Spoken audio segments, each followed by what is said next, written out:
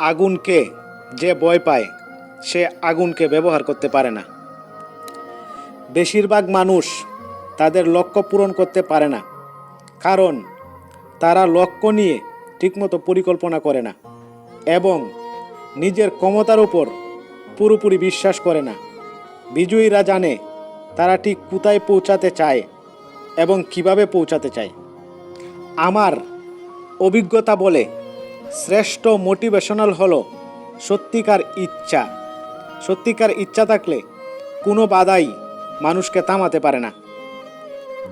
কখনো না পড়ে যাওয়ার মাঝে বীরত্ব নেই, পরে গিয়ে আবার উঠে দাঁড়ানোর মাঝেই সত্যিকারে বীরত্ব লুকিয়ে আছে।